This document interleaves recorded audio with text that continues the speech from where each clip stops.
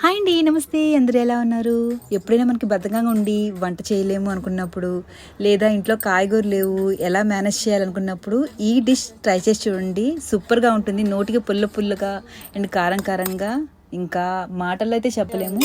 ఇది జనరల్గా మా అమ్మ చేసే రెసిపీ అండి. అందుకే ఈరోజు మా అమ్మ చేతితోనే చేయిస్తున్నాను. ఇది ఫస్ట్ ఒక కప్పు బియ్యం తీసుకొని బాగా రబ్ చేసుకొని 2 to 3 times వాష్ చేసేసుకొని వాటర్ తీసేసేయండి.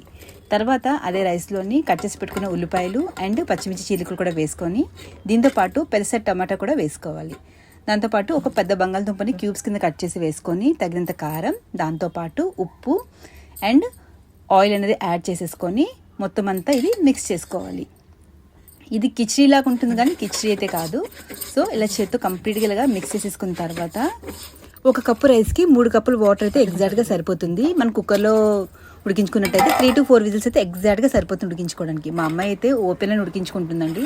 కుక్కర్ వాడడం చాలా తక్కువ. ఆవిడకి ఇలా చేస్తేనే టేస్ట్ బాగుంటుంది అంటుంది ఎప్పుడు కూడా. ఇలా వాటర్ ఒక లెవెల్కి వచ్చేసిన తర్వాత ఇంకొకసారి బాగా మిక్స్ చేసేసుకొని మూత పెట్టేసుకొని లో ఫ్లేమ్లో 10 to 15 minutes పాటు ఉడికించుకుంటే మనకి పర్ఫెక్ట్గా ఉడికిపోతుంది. మన ఇక్కడ పొటాటో ఒకసారి చెక్ చేసుకున్నట్టయితే ఉడికిందో లేదో దాన్ని బట్టి మనం స్టవ్ అనేది ఇక్కడ ఆఫ్ చేసేసుకోవచ్చు. ఇక్కడ పొటాటో కరెక్ట్గా ఉడికిందండి.